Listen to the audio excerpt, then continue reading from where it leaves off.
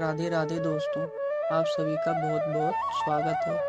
आज हम जानेंगे कि भगवती श्री राधा रानी किस प्रकार एक भक्त को भूखा देखकर स्वयं चली गई। बरसाने में श्री रूप गोस्वामी चैतन्य महाप्रभु के 6 शिष्यों में से एक बार भ्रमण करते करते अपने चेले जीव गोस्वामी जी के यहाँ बरसाना आए। जीव गोस्वामी जी ठहरे पकड़ साधु जो मिले खा लें, मिले तो पी लें।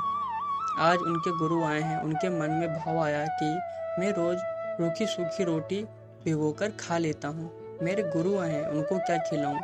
एक बार उनकी कुटिया में उन्होंने देखा किंचित 3 दिनों की पड़ी हुई रोटी जो बिल्कुल कठोर हो चुकी थी। मैं साधु पानी में गला गला खा लूं। यद्यपि मेरे गुरु साधुता की परम स्थिति को प्राप्त कर चुके हैं, फिर भी मेरे मन के आनंद के लिए कैसे मेरा मन संतुष्ट होगा। एक क्षण के भक्त के मन में संकल्प आया कि अगर समय होता मैं किसी ब्रजवासी के घर चला जाता, दूध मांग लेता, चावल मांग लाता।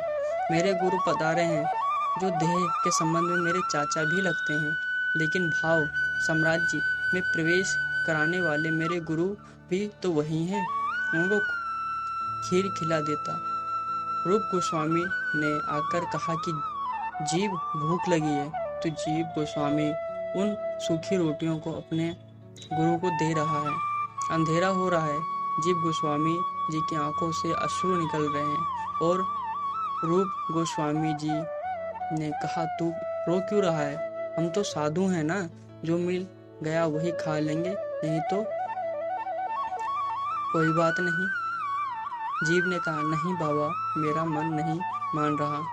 आप की यदि कोई पूर्ण सूचना होती तो मेरे मन में ऐसा था, मैं कुछ न कुछ कहीं न कहीं से ले आता।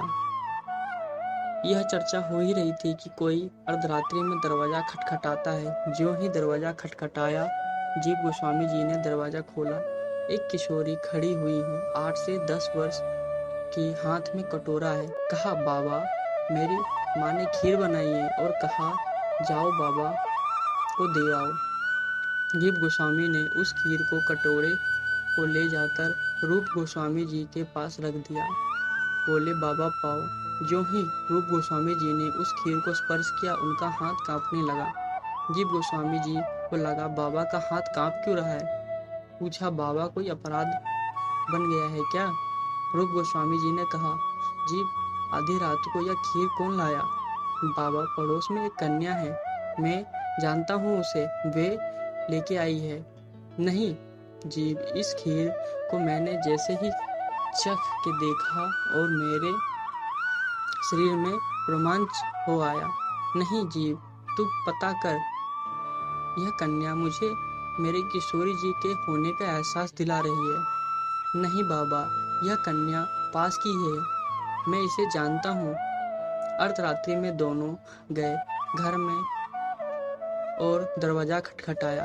अंदर से उस कन्या की मां निकली और बाहर आई। जीव गोस्वामी जी ने पूछा, आपको कष्ट दिया, परंतु आपकी लड़की कहाँ है? उस महिला ने कहा, क्या बात हो गई बाबा, आपकी लड़की कहाँ है? बाबा जी ने फिर से पूछा। वो तो उसकी ननिहाल गई है, गोवर्धन, 15 दिन हो गए हैं। रूप गोस्वामी जी तो मूर्छित हो गए।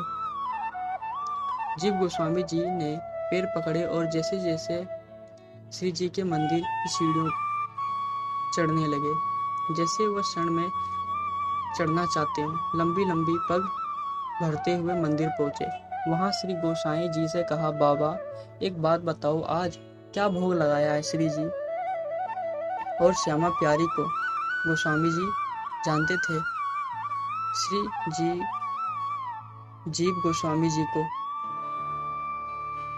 कहा, क्या बात है बाबा, बताओ। कहा, क्या भोग लगाया था? गोसाई जी ने बताइए। रूप गोस्वामी जी ने कहा, राधे श्री राधे कहने लगे और उन्होंने कहा कि मैंने आज खीर का भोग लगाया था। उन्होंने गोसाई जी से कहा, बाबा, एक निवेदन और है आपसे। यद्यपि यह मंदिर की परंपरा के विरुद्ध है कि एक बार जब श्री राधा रानी शयन कर रही हों तो उनकी लीला में जाना अपराध है। प्रिया प्रियतम जब विराज रहे हों तो नृत्य लीलाएं उनकी चलती रहती हैं। अपराध के लिए क्षमा मांगता हूँ, फिर भी आप एक बार यह बता दीजिए कि जिस पात्र में भोग लगाया था वो पात्र वहाँ रखा है या नहीं। गोसाई जी ने मंदिर के पट खोले और पात्र देखा जो कि वहाँ नहीं था। गोसाई जी बाहर आते हैं और कहते हैं, बाबा, वह पात्र नहीं है, वह कहाँ गया मुझे भी पता नहीं चला। रूप गोस्वामी जी ने अपना दुपट्टा हटाया और कहा, यह पात्र तो नहीं है ना बाबा, यह पात्र तो वही है। रूप गोस्वामी जी ने कहा, श्री राधा रानी 300 सीढ़ियां उतरकर मुझे खीर खिलाने आई। किशोरी पधारी थी, राधा रानी आई थी। उस खीर को मुख पर रगड़ लिया। सब साधु संतों को बांटते हुए श्री राधा राधा करते हुए फिर कई वर्षों तक श्री रूप गोस्वामी जी बरसाना में ही रहने लगे। हे करुणा निधान, इस अधम पतित दास को ऐसी पात्रता और ऐसी उत्कंठा अवश्य दे देना कि इन रसिक के गहन चरित्र का आस्वादन कर उन अपने को कृतार्थ कर सकूं, इनकी पद धूलि को एक कनिक प्राप्त कर सकूं। जय जय श्री राधे।